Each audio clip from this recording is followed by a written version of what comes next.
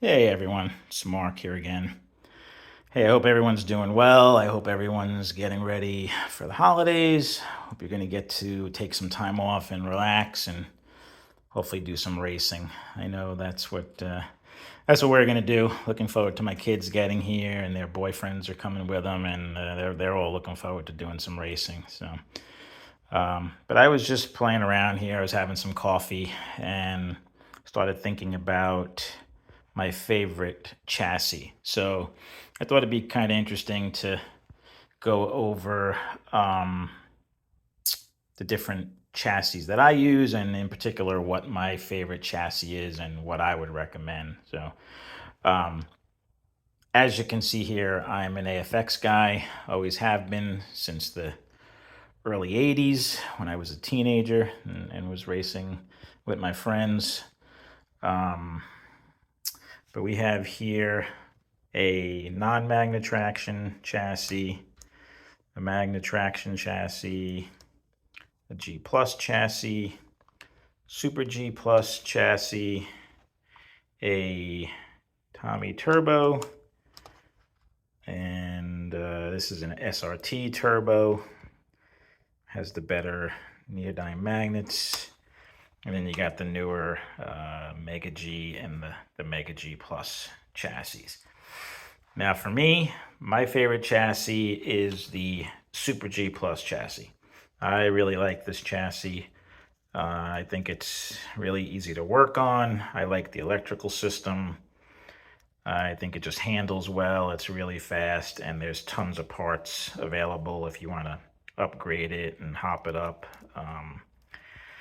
Mine are, mine are in this BSRT G3 chassis because unfortunately, when I bought my sets, they came with Super G Plus cars, but they all had that brittle plastic problem, and they all cracked most of them cracked where the axle clips in. So I ended up having to replace all of the plastic. So I bought these probably 15 plus years ago. I got these G3 chassis and took all the innards out of my AFX Super G Plus cars and put them in there, and they've been running great ever since. Probably my second favorite chassis is the Magna Traction chassis. I just think these are really fun to race. Just enough magnet, and they're relatively quick too, but you have to drive them. So if you're looking for more of a challenge and you don't want to, race your super high magnet cars, I really enjoy racing these. I've upgraded some of mine with the 6 ohm mean green armature and level 6 Palmer magnets, and makes for a really fun running chassis. Um, I also thought it was interesting that the AFX went from the Super G Plus and the canned motor back to more of a G Plus style with the Mega G, where they went back to the um, barrels and the brushes type of setup. So not sure what the thinking was there. And then the newer Mega G Plus with the circuit board and the canned motor.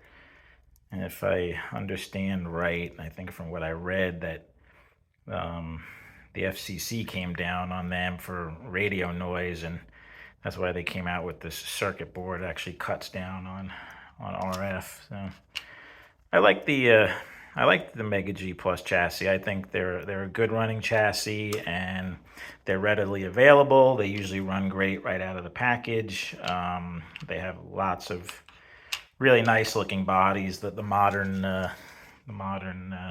Mega G Plus cars are just they're really nice looking. The body, the details, the rims. Really think they're sharp looking. I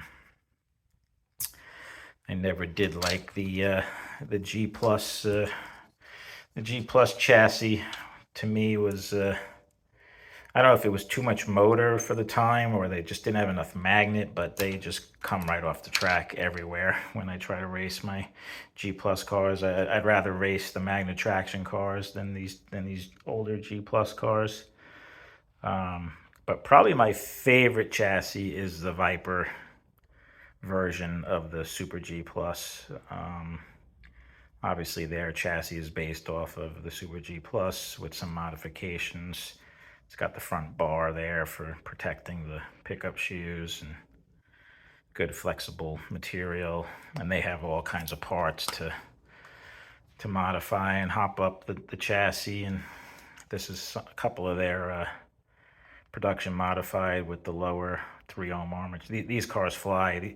These cars make it around. My track is about 42 foot length, and I can do a lap in about 2.5 seconds with these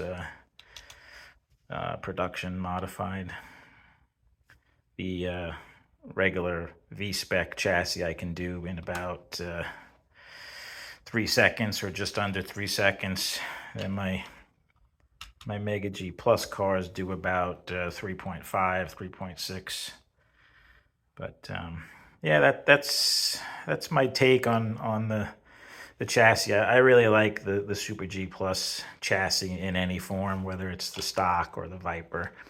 And then the Magna Traction chassis is fun if you want to kind of throw back to older school racing. But as far as availability, you can't go wrong with the Mega G Plus chassis and the whole car. There's plenty available. You get them in the mid $30 to low $40 range when they come out new. They do sell out quick, so AFX never seems to have a lot of stock, so you got to act quick.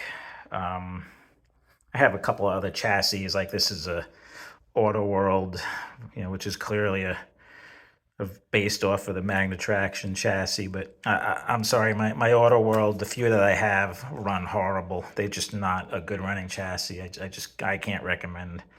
I'm not going to ever buy any other Auto World cars. I bought a few just to try them out, but I have a couple of Tyco chassis. They run good, the 442, and a couple of Wizard Storm chassis, which also are a very good running car. But for me, it's AFX.